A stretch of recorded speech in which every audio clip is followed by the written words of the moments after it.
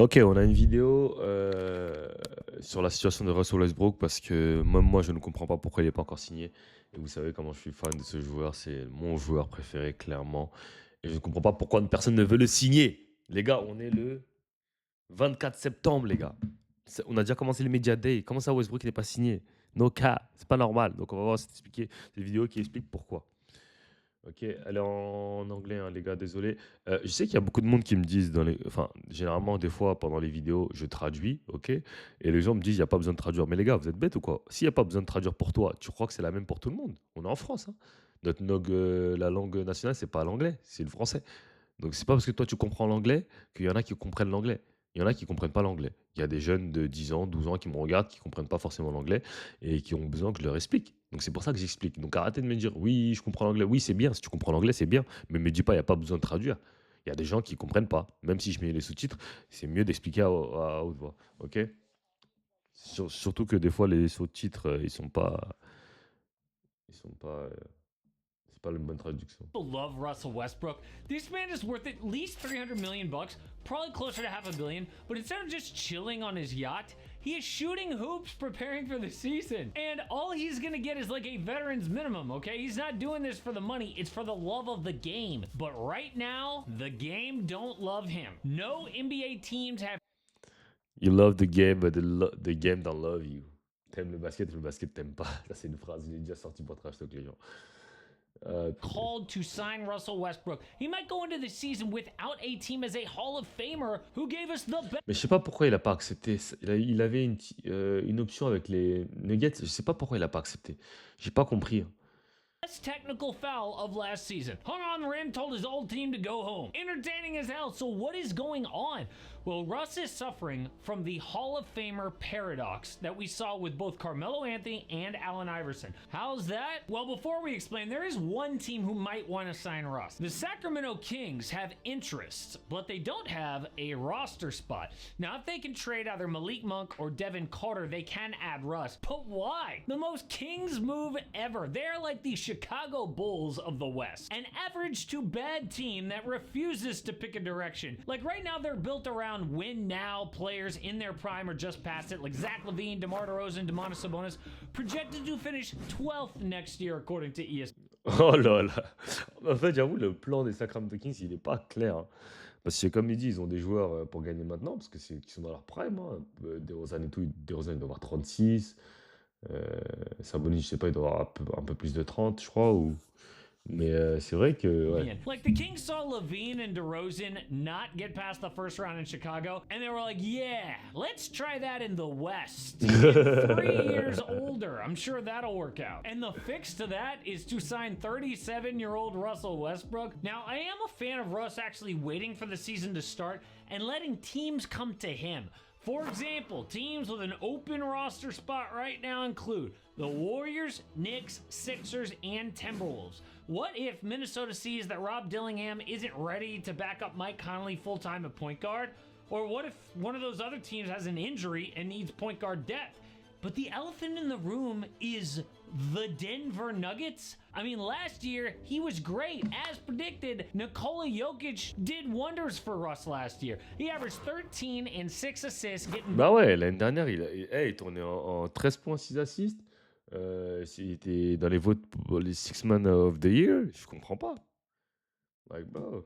For Sixth Man of the Year. Russ even made a big shot to send Game 1 to OT against the Clippers and made the pass to Aaron Gordon to win. But after the season, Dude turned down a $3.5 million player option. And Denver said, well, you ain't gonna get a better deal from us, so good luck out there on the open market, buddy. But why? Well, we know that Russ is not super efficient, not great. J'ai pas compris pourquoi il a pas pris sa player option. Il voulait plus jouer aux Nuggets? Ah, je sais pas. Je comprends pas.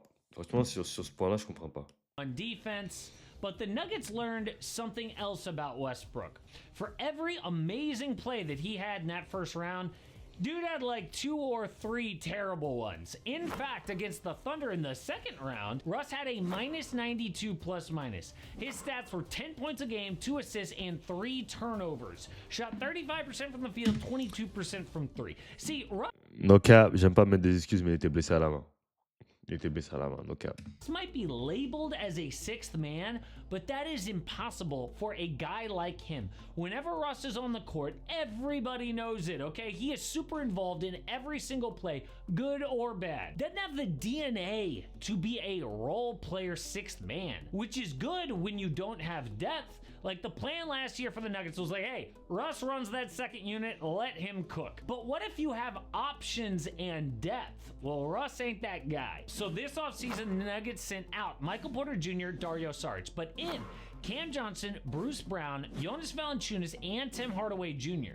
So they got deeper and do not need Russ anymore. But that's not even to mention the fight that Russ had with Aaron Gordon.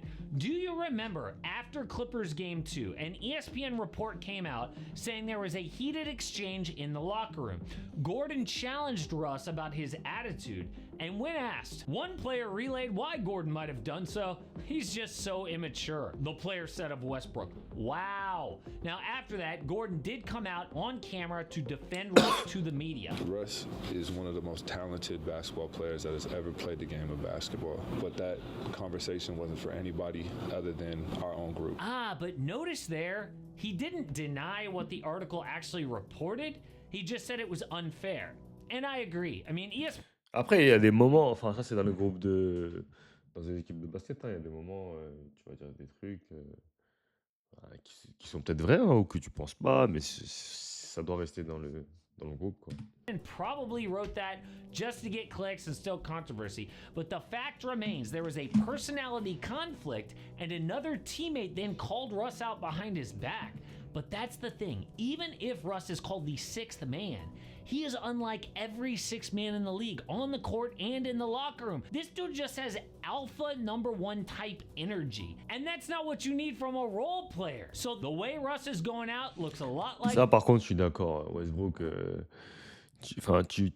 c'est la raison, en fait. T'as un alpha, hein, comme il dit. C'est pas ce que t'as besoin d'un role player. Tu sais, Westbrook, il a du mal à se mettre derrière, à dire, vas-y, je suis un role player, vas-y, je veux mettre là, vas-y, ça. Il a du mal à comprendre ça.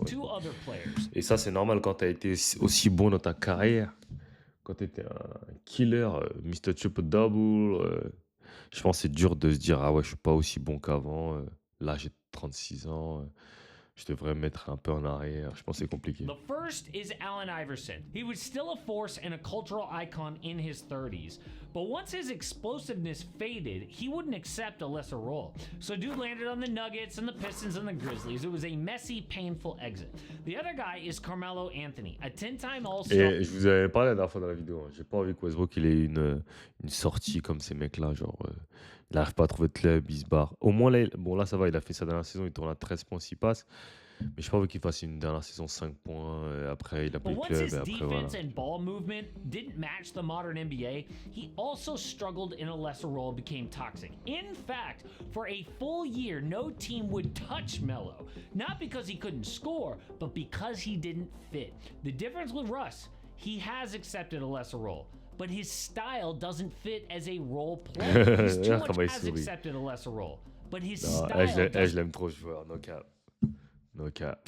Fit as a role player. He's too much of a force. So the Hall of Famer paradox is a guy who is too good to be considered done, but too complicated to keep around. But what's really crazy is the NBA's perception of Russ actually started a long time ago. Have you ever wondered how Russ went from like consensus superstar to a guy you can't win with basically overnight? Like, how did that happen so fast? Well, Russ's reputation was linked with Kevin Durant his first 8 years in the NBA. During that time, Russ won Rookie of the Year, All-Star 5 times, and made the NBA Finals. But once KD left for Golden State, Russ got exposed. And one of the first people that I can remember saying this out loud was Colin Cowherd, a radio guy at ESPN. He is the convertible sports car of the NBA. He's glamorous, he's sexy, he's eye-popping. But I believe he can be incredibly ineffective when it matters. Don't just read the stats, fanboy. Watch Westbrook in crisis, in big games. This is what I've said about John Wall. Whoa, is that spicy? And at the time, that was considered out of pocket. But a few years later, everybody was talking like that. It was common knowledge about Russ. And speaking of Colin Cowherd, That dude also did the exact same thing with Carmelo Anthony years before. He can't run from who he is, a ball hog. Wow, I am telling you, at the time in 2013, saying that was against the grain. So the narrative around Russ started to shift after KD left the Thunder. People pushed back just like they did around Carmelo, but as the years went on, the stats and Après, on va pas faire comme si Westbrook n'a pas été bon après OKC. Hein. À Houston, à DC, ou même aux Lakers, hein. Il était très bon. facts proved it. Like, forget about narrative, look at Houston, the facts. And the fact is that the Clippers. Thunder traded Russ to start their rebuild in 2019. Since then, he has been on 5 different teams, about to be 6. Never stuck in one place more than 2 years. And since KD left him, Russ has 7 first-round exits and only made it past the first round 2 times. So Russ went from a collapse in results. Après, c'est la même stat pour KD aussi. Hein. À part, enfin, à peu près la même stat. Hein, à part si on enlève Golden State où il est avec une super team. Brooklyn, je crois, il va au second tour. Après, le reste des trucs, c'est même pas, il passe même pas le premier tour. Hein. Il passe quoi à part à Brooklyn, il passe pas. Aux Suns, non. Et ouais, c'est la même stat pour And narrative KD. ever since Bon, après, KD left KD, il him a in eu 2016. il a eu And Golden now, State, quoi. for Mais the first time in his Hall of Fame career, the NBA might be ready to move on too. But speaking of careers ending, have you heard of the NBA starter in his prime who just walked away from the game? Even gave back millions to his team so he could quit the NBA. It is one of the qui wildest ça? stories in recent NBA history because almost nobody could imagine making that decision. So why did Larry Sanders suddenly oui, Larry quit the Sanders, league? ouais. Plenty of people speculated, but when the truth came out, it flipped the entire story upside down. ouais, ouais, Mais je l'avais expliqué, moi. Franchement, je serais Westbrook. Parce que c'est pas comme s'il jouait pour l'argent. Ok, il joue pas pour l'argent parce qu'il en a assez et il va rencontrer un minimum de 3 millions par rapport à ces 300, plus de 300 millions qu'il a gagné de sa carrière. Les 3 millions, c'est pas comme si ça changerait sa vie, tu vois. Mais, je sais pas. Je sais pas. Bon, c'est tout pour cette vidéo. Likez, commentez, abonnez-vous et I'm out of here.